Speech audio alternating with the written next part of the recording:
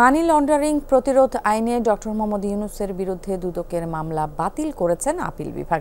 শুনানিতে জানানো হয়, প্রধান উপদেষ্টা হওয়ার পর তড়িঘড়ি করে দুদকের পদক্ষেপ সঠিক ছিল না।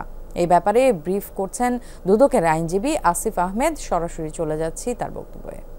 বেশি কি কম পেয়েছে, কে বেশি পেয়েছে কি কম পেয়েছে, এই সামান্য অংশ নিয়ে যে ডিসপুটটা ছিল সেটা সিভিল কোর্টে হবে, নট ক্রিমিনাল কোর্টে। ক্রিমিনাল লায়াবিলিটি এখানে থাকেই না। এইটাই হচ্ছে মেইন গ্রাউন্ড। জি,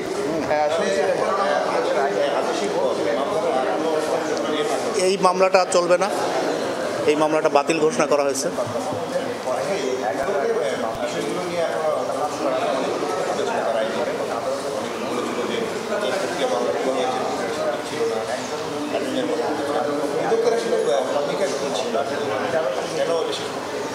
না, এটা হচ্ছে যখন কমিশন যখন দেখে, এটা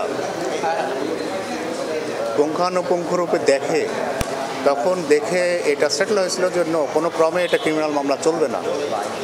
ভুল হতে পারে, আগের কমিশন যখন এটা মামলাটা করেছিল তখন হয়তো সঠিক পরামর্শটা ছিল না, পরবর্তীতে সঠিকভাবে এসছে। এবং এটা টোটাল বলা যায় যে আননেসেসারি হ্যারাসমেন্ট।